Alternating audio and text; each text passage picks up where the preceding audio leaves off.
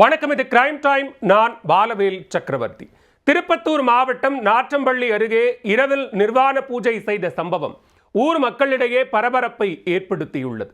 இதனை தட்டி கேட்ட இளைஞரின் தலையில் அம்மிக்கல்லை போட்டு கொலை செய்யவும் முயன்றுள்ளனர். நிர்வாண பூஜை நடத்தப்பட்டது ஏன்? விசாரணையில் தெரிய வந்தது என்ன?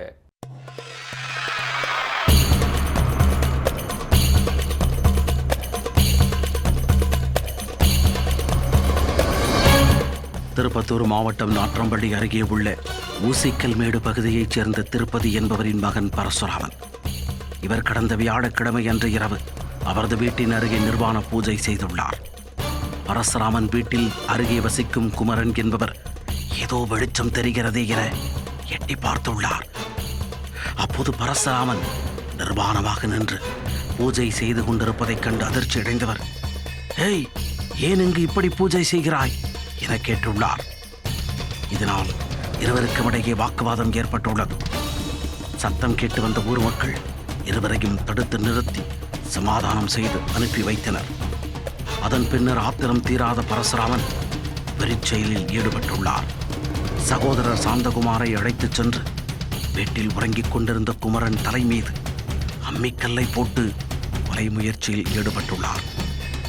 அப்போது தாய் ஜெயலட்சுமி மற்றும் குமரன் கத்தி கூச்சலிடவே அருகில் இருந்தவர்கள் சத்தம் கேட்டு படுகாயமடைந்த குமரனை மீட்டு திருப்பூர் அரசு மருத்துவமனைக்கு கொண்டு சென்றனர். பின்னர் அங்கிருந்து மேல் சிகிச்சைக்காக ஓசூர் தனியார் மருத்துவமனைக்கு கொண்டு செல்லப்பட்டு அவருக்கு அங்கு தீவிர சிகிச்சை அளிக்கப்பட்டு வருகிறது. அந்த வீட்டில் நிர்வாணமாக ஒரே ட்ரெஸ் இல்லாமல் நின்றுட்டு எலுமிச்சை மலம் உருட்டி போட்டுட்டு இருந்தான். சரி, எங்கள் மச்சனை வெளியே வந்தான். அவன் வெளியே வந்துட்டு ஏன்டா இப்படி நின்றுக்கிறேன்னு சொல்லி அவன் கேட்டான். இவன் கொஞ்சம் கூச்சல் எடுத்து என்னவோன்னு வெளியே வந்தான். நானும் அவன் பார்த்துட்டோம். அதை 2 பேரும் பார்த்ததும் இவன் உடனே ஓடி போய் லிங்கே சுற்றி வந்துட்டு அநாகரிகமாக கேட்டான். அநாகரிகமாக கேட்டதும் ஒருத்தர் கொஞ்சம் பேச்சுவார்த்தை நடந்துனே இருந்தது. பேச்சுவார்த்தை நடந்ததும் எல்லாம் ஊருக்காரங்களாம் வந்தாங்க. வீட்டுக்கு போய் தூங்குன்னு சொல்லி அனுப்பிட்டாங்க. எல்லோரும் போயிட்டோம், வீட்டுக்கு படுத்துட்டோம். படுத்ததுக்கு அப்புறமா அவன் மேலே கல்லை போட்டுருப்பாங்க. அது என்ன பண்ணாங்கன்னு எனக்கு தெரியாது. அவங்க அம்மா ஓடி என் பையன் செத்து போயிட்டான், கல்லை தலைமையில போட்டுட்டாங்க அப்படின்னு சொல்லி அழுதுச்சு. மேலும் இது குறித்து ஜெயலட்சுமி நாற்றம்பள்ளி காவல் நிலையத்தில் கொடுத்த புகாரின் பேரில் போலீசார் வழக்கு பதிவு செய்து அண்ணன் தம்பி இருவரையும் கைது செய்து சிறையில் அடைத்துள்ளனர்.